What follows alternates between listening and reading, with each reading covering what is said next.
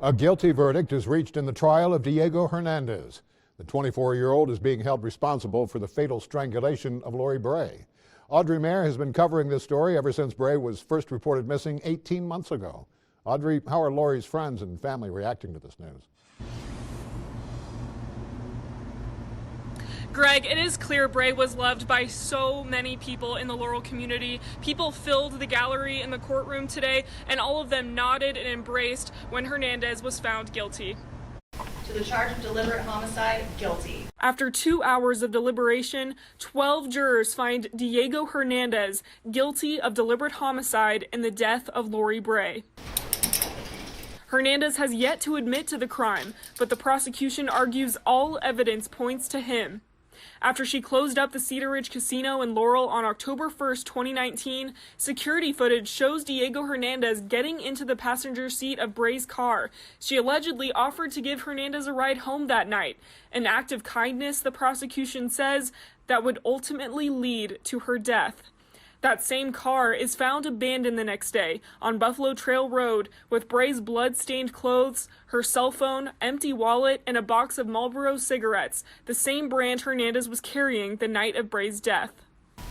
That car is no longer just a mode of transportation. It's a crime scene, and it screams violence. During the final day of the trial, Deputy Yellowstone County Attorney Ed Zink looks directly at Hernandez, asking him why it took him so long to leave the casino in the early morning hours of October 1st, after Bray is seen on security tape showing Hernandez the clock, signaling the casino is closing and it's time for him to go. Why is he still sitting there? Almost half an hour after he's been kicked out. Why is he still there?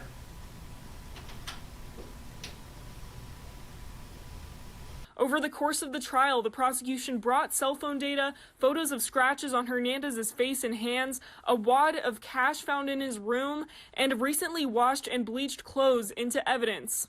Most notably, a swab of a bloody stain in the center of the back seat of Bray's car and DNA under Bray's fingernail clippings matched Diego Hernandez's DNA. According to expert witness Joe Pasternak from the Montana State Crime Lab, the swab from the bloody stain is about a 1 in 1 trillion match in Hispanic people. The DNA from Bray's fingernails, a 1 in 60.1 octillion match of Hispanic people. That's a number with 27 zeros after it. In the defense's closing arguments, Joel Thompson points out there's no way to find out how the blood got there and why. He also said the vehicle was unlocked and could have been disturbed prior to law enforcement's search, but that wasn't enough to give the jury reasonable doubt.